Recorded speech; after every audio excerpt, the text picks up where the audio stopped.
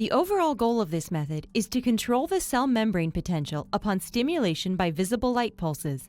The phototransduction process is mediated by a light-sensitive conjugated polymer.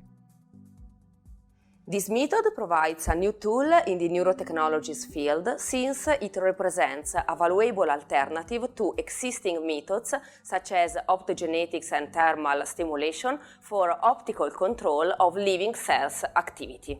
The main advantages of this technique are the prompt integrability with any electrophysiology setup, the potentially high spatial and temporal resolution, the reduced invasivity.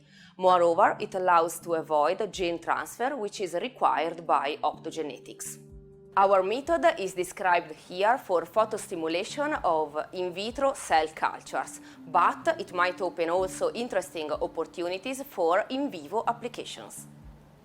Demonstrating the procedure will be Caterina Bossio and Susana Vaquero Morata, two postdocs from our labs with a biological and a physical chemistry background respectively.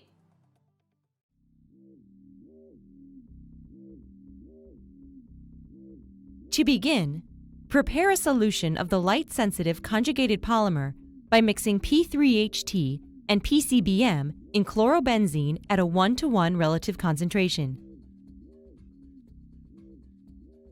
Mix the solution with a magnetic stirrer for at least 4 hours at 60 degrees Celsius. Next, clean indium tin oxide coated glass slides with consecutive 10-minute baths of deionized water, acetone, and isopropanol in a sonicator. Dry the cover slips with a nitrogen gun.